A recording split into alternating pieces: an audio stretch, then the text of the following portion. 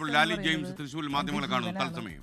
ഞാൻ ആ പ്രസ്ഥാനത്തിന് വേണ്ടി നാളിതുവരെയും നിലകൊണ്ട ഒരാളാണ്. പക്ഷേ അതിലെ ചില നേതാക്കൾക്ക് പ്രത്യേക താല്പര്യങ്ങൾ ഉണ്ടായി എന്നുള്ളത് വാസ്തവമാണ്. നമ്മൾ ഈ നഗരത്തിൽ കഴിഞ്ഞ 25 വർഷമായിട്ട് ശക്തമായിട്ടുള്ള പ്രവർത്തനമായിട്ട് മുന്നോട്ട് പോകുന്ന ഒരു വ്യക്തിയാണെന്നുള്ളത് മാധ്യമങ്ങൾക്കും അറിയാം, ഒപ്പം പൊതുജനങ്ങൾക്കും അറിയാം. അപ്പോൾ നമ്മൾ കഴിഞ്ഞ 15 വർഷം കൗൺസിലിൽ, നീണ്ട 10 വർഷം പ്രതിപക്ഷത്ത് നമ്മൾ ശക്തമായിട്ട് നിലകൊണ്ട് ഈ ഒരു ഭരണം വരാൻ വേണ്ടി ഏറെ കാത്തിരുന്നൊരു വ്യക്തിയാണ് ഞാൻ. അത് ഏത് കോൺഗ്രസ്സുകാരനേക്കാളും ഉപരിയായിട്ട് എനിക്ക് തോന്നുന്നു ഇന്ത്യൻ നാഷണൽ കോൺഗ്രസ് അധികാരത്തിൽ വരണം എന്നുള്ള വലിയ ആഗ്രഹമാണ് ഞങ്ങളുടെ കഠിന പ്രയത്നത്തിൻ്റെ പിന്നിലുണ്ടായിരുന്നത്.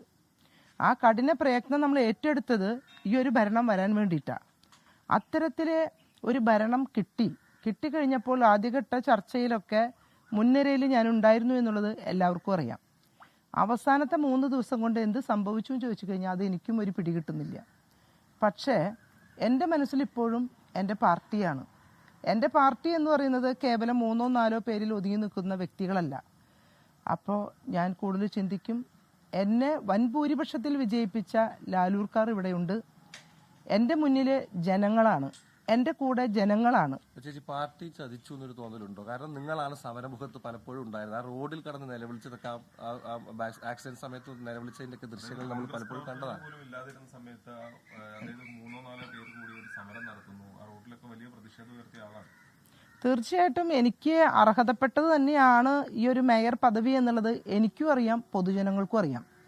ഈ തൃശ്ശൂർ നഗരത്തിലെ ഒരു സർവേ നടത്തി കഴിഞ്ഞാൽ ആര് മേയറാകണം എന്നുള്ളതിൻ്റെ സർവേ ജനങ്ങൾ തീരുമാനിക്കുമ്പോൾ അതിൻ്റെ മുന്നിൽ ഞാനാകുമെന്ന് എനിക്ക് ഉറപ്പുണ്ട്.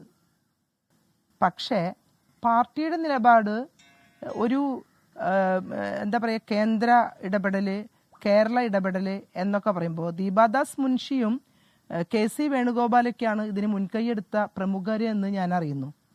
പക്ഷേ ഈ ദീപാദാസ് മുൻഷിക്കോ KC വേണുഗോപാലിനോ ഇവിടുത്തെ ഒരു വാർഡുകളെ കുറിച്ചോ അല്ലെങ്കിൽ പ്രയത്നിച്ചവരെ കുറിച്ചോ പാർട്ടിയിൽ കഷ്ടപ്പെട്ടവരെ കുറിച്ചോ അറിയാതെ പോകുന്നത് വളരെ ദുഃഖകരമായൊരു കാര്യമാണെന്നാണ് എനിക്ക് പറയാനുള്ളത്. ഇപ്പോഴും ഞാൻ പറയുന്നു, എൻ്റെ പാർട്ടി എൻ്റെ അഭിമാനം. താങ്കൾക്കൊരു ടേം ഉണ്ട് എന്നാണ് അറിയാൻ കഴിഞ്ഞത്. അങ്ങനെ ടേം ഉണ്ടോ, ഉണ്ടെങ്കിൽ സ്വീകരിക്കുമോ? ഇല്ല, എന്നെ സംബന്ധിച്ച് ഞാൻ പറയുന്നത് ഇങ്ങനെയാണ്.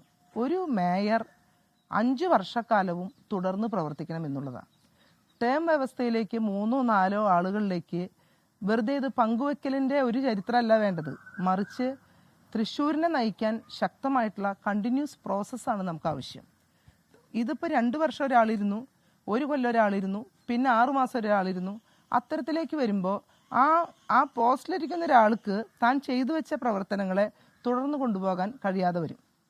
അപ്പോൾ തീർച്ചയായിട്ടും ഇനി അവർ കൊടുക്കുന്നുണ്ടെങ്കിൽ തന്നെ എൻ്റെ സജഷൻ എന്ന് പറയുന്നത് ഇനി അഡ്വക്കേറ്റ് സുബി ബാബു വരട്ടെ എന്നുള്ളതാണ്. കാരണം അവരും അർഹതപ്പെട്ട ഒരാൾ തന്നെയാണ്. ഞാൻ ഇനി മേയറാകാനും ഇല്ല, ഒരു സ്റ്റാൻഡിംഗ് കമ്മിറ്റിയിലേക്കുള്ള ഒരു പദവിയിലേക്ക് ഞാൻ വരില്ല. കുറിച്ച് ആലോചിക്കുന്നുണ്ടോ സൂചകമായിട്ട്? ഇല്ല. കാരണം എൻ്റെ മുന്നിലുള്ളത്, ഞാൻ വീണ്ടും പറയുന്നു, ജനങ്ങളാണ്. ആ ജനങ്ങൾ കൈയഴിഞ്ഞിട്ടാണ് എന്നെ സഹായിച്ചിട്ടുള്ളത്. കാരണം 1527 ഭൂരിപക്ഷത്തിൻ്റെ ഒരു വിജയം എന്ന് പറയുന്നത് കേവലം ഒരു കോൺഗ്രസ്സുകാരുടെ വോട്ട് മാത്രമല്ല. അതിനകത്ത് ജനകീയമായിട്ടുള്ള ഒരു വോട്ടെടുപ്പാണ് ഈ ലാലൂർ ഡിവിഷനിൽ നടന്നിട്ടുള്ളത്. വന്ന വോട്ടിൻ്റെ 70% എനിക്ക് ലഭിച്ചു എന്ന് പറയുമ്പോൾ നിങ്ങൾ തന്നെ ചിന്തിക്കണം എന്നെ ജനങ്ങൾ എത്രമാത്രം സ്വീകരിച്ചു. ലാലി ജെയിംസ് ആണ് വിവരങ്ങൾ നൽകിയത്. തൃശ്ശൂരിലെ കോർപ്പറേഷൻ മേയർ സ്ഥാനാർത്ഥിയായിരുന്നു എന്ന് പരക്കെ പ്രചാരണമുണ്ടായി. എന്നാൽ അവസാനം നറുക്ക് വീണത് ലാലി ജെയിംസിനല്ല. അതോടെ അവർ ഇടഞ്ഞു നിൽക്കുകയാണ്. അവർ സംസാരിക്കുകയായിരുന്നു. ലോകത്തെവിടെയായാലും ഏത് സമയത്തും 24 വാർത്തകളും ഓഗ്മെന്റഡ് റിയാലിറ്റി പാക്കേജുകളും എക്സ്പ്ലെയിനറുകളും വിശദമായി കാണാൻ ഞങ്ങളുടെ YouTube ചാനൽ നിങ്ങൾക്ക് സബ്സ്ക്രൈബ് ചെയ്യാം.